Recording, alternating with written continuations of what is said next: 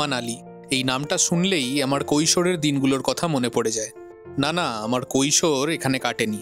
আসলে স্কুল কলেজে পড়ার সময় গরমের ছুটিতে বন্ধুদের সাথে বেড়াতে যাওয়ার জন্য এই মানালি ছিল আমার ড্রিম ডেস্টিনেশন। আশা করি আমার মতো অনেকেরই ড্রিম ডেস্টিনেশন এই মানালি। স্টুডেন্ট লাইফে তখন আসা সম্ভব হয়ে ওঠেনি, তাই সুযোগ হতেই চলে এসেছি আমার সেই স্বপ্নের স্বর্গে। আমাদের হিমাচল ভ্রমণের চতুর্থ পর্বে আজ আপনাদের সাথে শেয়ার করব মানালি তথা হিমাচল ভ্রমণের সমস্ত তথ্য। মানালিতে একদমই নামমাত্র খরচে এক 3 স্টার হোটেলের সন্ধানও থাকছে এই পর্বে।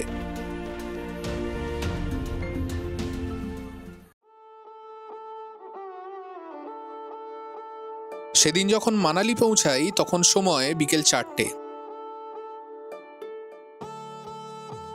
আমাদের হোটেলের নাম নয়না রকল্যান্ড রিসর্ট। এটা বুক করেছিলাম আগোডা থেকে।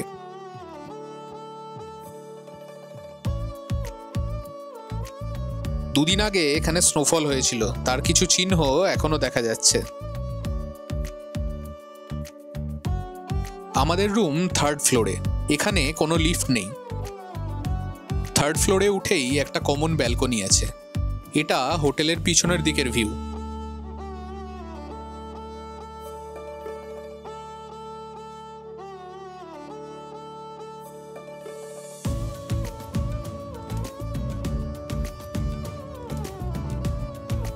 এই হলো আমাদের রুম।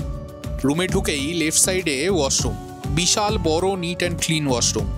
এখানে আয়না আর বেসিন আছে, এখানে গিজার দেওয়া আছে যেটা এখানে খুবই প্রয়োজনীয়, আর এখানে একটা বাথটাব আছে।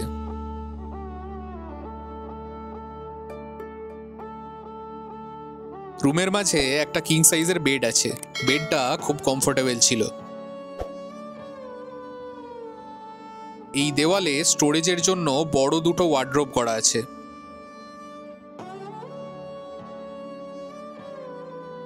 বেডসাইড টেবিল, চার্জিং পোর্ট সব আছে।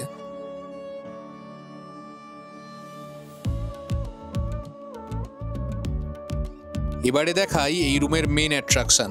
রুমের সামনের দিকটা পুরোটা এরকম কাচের। রুমের ভিতরে বেডে বসেই আপনারা ভিউ এনজয় করতে পারবেন। আরও ভালোভাবে ভিউ এনজয় করতে চাইলে তার জন্য আছে এই অ্যাটাচড ব্যালকনি। ভিউ এখান থেকে এতটা সুন্দর যে এখানে বসেই ঘন্টার পর ঘন্টা কেটে যাবে। সব থেকে অবাক করার ব্যাপার হলো এই রুমের জন্য আমাদের পে করতে হয়েছে মাত্র 600 টাকা পার নাইট। হ্যাঁ, ঠিকই শুনছেন, 600 টাকা পার নাইট। মল রোড থেকে মাত্র 3 কিলোমিটার দূরে ওয়াশিষ্ঠে আমাদের এই হোটেল। এত সস্তায় এরকম একটা হোটেল সত্যিই অবিশ্বাস্য। সন্ধ্যার খাবার সেদিন আমাদের হোটেল থেকেই অর্ডার করে নিয়েছিলাম। আমাদের 3 জনের জন্য 2 প্লেট চিজ স্যান্ডউইচ এবং চা নিয়েছিলাম। চায়ের কোয়ান্টিটি প্রচুর বেশি, পুরো 1 গ্লাস করে চা দিয়েছে। এক প্লেটে টোটাল 4 পিস করে স্যান্ডউইচ ছিল এবং টেস্ট বেশ ভালো ছিল। রাত্রে ব্যালকনি থেকে ভিউটা একবার দেখে নিন। চাঁদের আলোয় পিছনের বরফে ঢাকা পাহাড়গুলো ক্লিয়ার দেখা যাচ্ছে। আমাদের হোটেলে রুম হিটারেরও অপশান আছে। রুম হিটারের চার্জ 300 পার নাইট।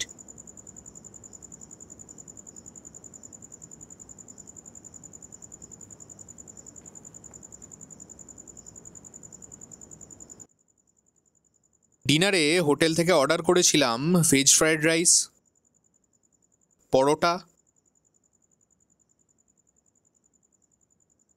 পনির লাবাবদার এবং চিলি মাশরুম।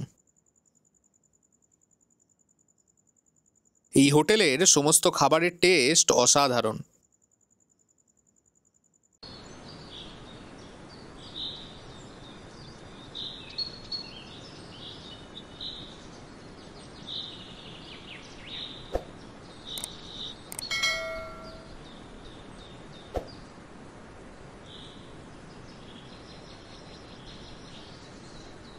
Good morning. আমরা যেই হোটেলটায় এখন আছি এই হোটেলটার নাম নয়না অ্যাডভেঞ্চার পার্ক বা নয়না রকল্যান্ড রিসর্ট, এরকম কিছু আছে। এখানে অ্যাকচুয়ালি একটা সমস্যা যে হোটেল বুকিং সাইটগুলো দেওয়া আছে বা গুগলেও, একটা হোটেল কিন্তু একটা নামে নেই, একটা হোটেল বিভিন্ন লোকেশানে আছে, মানে আলাদা আলাদা নামে। আমি যখন আমাদের এই হোটেলটাই বুক করি তখন এটার আমি 3-4টে নাম দেখতে পেয়েছিলাম। তার মধ্যে থেকে যখন কন্ট্যাক্ট করছি তখন দেখছি যে হ্যাঁ সেম পার্সনেরই হোটেল।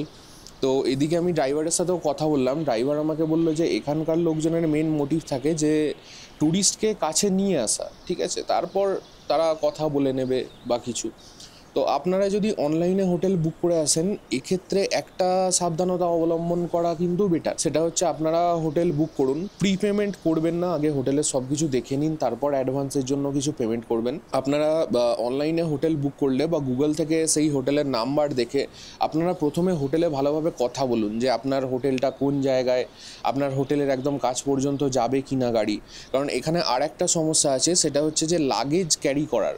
এখানে ম্যাক্সিমাম আমাদের এই হোটেলে লাগেজ ক্যারি করার জন্য লোক ছিল, তিনি লাগেজ ক্যারি করে আমাদের রুম পর্যন্ত এনে দিয়েছেন, কিন্তু এখানে লাগেজ ক্যারি করার কিন্তু প্রচণ্ড অসুবিধা। অন্যান্য জায়গায় আমি জিজ্ঞাসা করেছিলাম লাগেজ নিয়ে, হয়তো কোথাও একটা আছে যেখানে হয়তো গাড়ি 15 মিনিট আগে দাঁড়িয়ে যাবে, তো সেই জায়গায় আমি জিজ্ঞাসা করেছিলাম যে আমাদের কাছে তো ভারী লাগেজ আছে, তো এই পাহাড়ি রাস্তায় 15 মিনিটস সেই লাগেজ নিয়ে ওয়াক করতে একটু সমস্যা হবে, তো লাগেজের জন্য কি হেল্প পাওয়া যাবে। কিন্তু এখানের ম্যাক্সিমাম জায়গায় নিয়ম হচ্ছে কিন্তু আপনার লাগেজ আপনাকে নিজেকেই ক্যারি করতে হবে। তো হোটেল বুক করলে এই কোয়েশ্চেনগুলো করে নেওয়াটা বেটার হবে, নাহলে আপনারা রাস্তায় প্রবলেমে পড়তে পারেন। বা এখানে আরেকটা ব্যাপার হচ্ছে, এখানে মেন রোড খুব ভালো, বাট অ্যাডিশনাল আশপাশের যে জায়গাগুলো আছে সেখানে যেতে চাইলে সব জায়গা পর্যন্ত গাড়ি যায় না। তো সব থেকে বেটার হবে আপনার একটা হোটেল বুক করুন, প্রপার্টিকে আপনার কল করুন, কল করে সমস্ত ডিটেলস জেনে নিন, আপনার হোটেলের কাছ পর্যন্ত গাড়ি যাবে কি না, আপনার ওখান থেকে আশপাশে সাইট সিনের পয়েন্ট কী কী আছে, রুমের মধ্যে হিটারের ব্যবস্থা আছে কি না, বা লাগেজ ক্যারি করার কী সিস্টেম আছে, এগুলো জেনে নিয়ে তারপর হোটেলের জন্য পেমেন্ট করুন। আসুন এবারে আপনাদের সাথে মানালি এবং হিমাচল ভ্রমণের প্রয়োজনীয় সমস্ত তথ্যগুলোকে নিয়ে একটু আলোচনা করা যাক।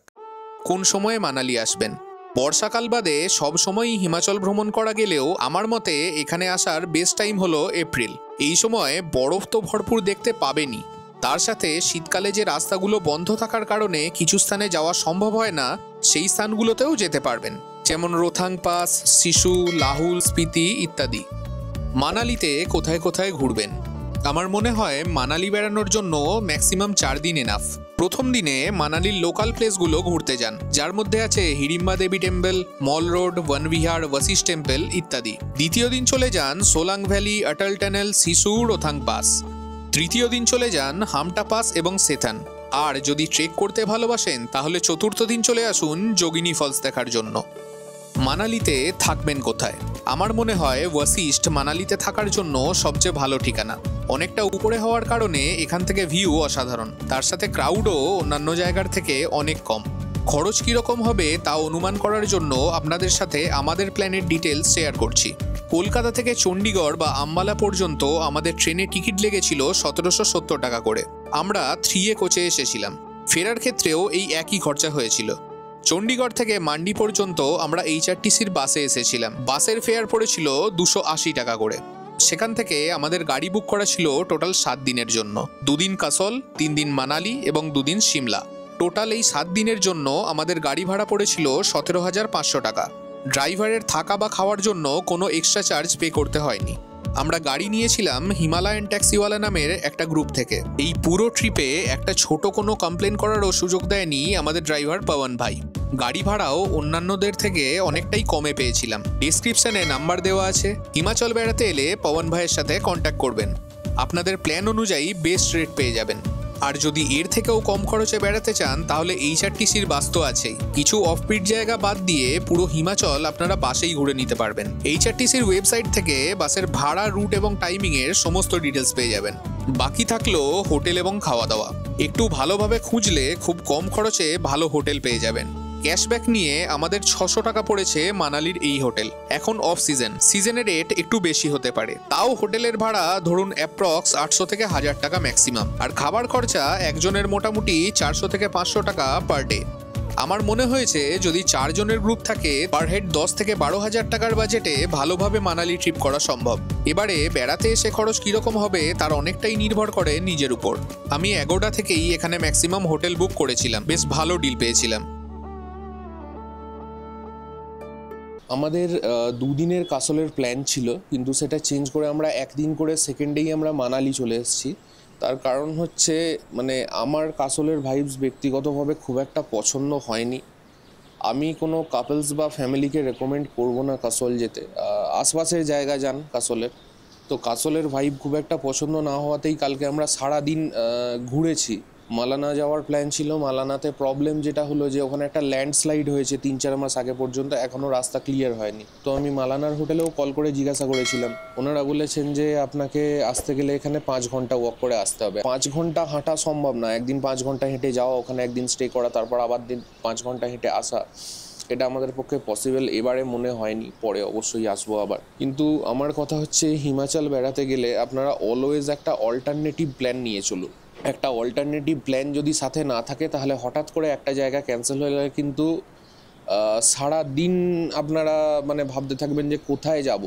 মানে ছুটিটাকে যদি ইউটিলাইজ করতে চান বা কোথাও একটা র্যান্ডাম থেকে গেলে তো ঠিক আছে, কিন্তু যদি আপনারা ছুটির টোটাল দিনগুলোকে ইউটিলাইজ করতে চান ভালোভাবে, তাহলে কিন্তু প্রত্যেকটা প্ল্যানের সাথে একটা ব্যাকআপ প্ল্যান আশপাশে 4-5 কিলোমিটার রেডিয়াসের মধ্যে ভেবে রাখুন। না হলে এখানে এসে রাস্তায় একটু প্রবলেমে পড়বেন। কালকে আমরা সারা দিন গাড়ি নিয়ে ঘুরেছি।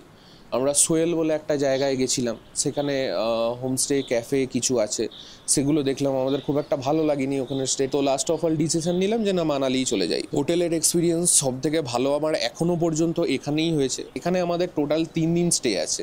আজকে আমরা মানালির লোকাল সাইট সিন করবো, কালকে যাব সোলাংয়ের দিকে।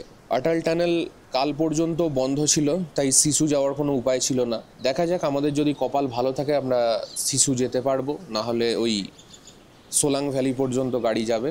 যেমনভাবে আমাদের ট্রিপ এগোতে থাকবে আমি আপনাদের সাথে ভিডিও শেয়ার করতে থাকবো। সুবিধা অসুবিধার পজিটিভ নেগেটিভ সমস্ত দিক আপনাদের সাথে শেয়ার করব। আমার চ্যানেল সাবস্ক্রাইব করুন। যদি ভিডিও ভালো লেগে থাকে লাইক করুন, শেয়ার করুন। আপনার মতামত কমেন্টে জানান। যদি কোনো প্রশ্ন থাকেও কমেন্টে জানান, আমি চেষ্টা করব যত তাড়াতাড়ি সম্ভব সেটা রিপ্লাই করার। আমি দ্য ফ্লপ এক্সপ্লোরার মানালির লোকাল সাইট সিন নিয়ে হাজির হচ্ছি পরের পর্বে।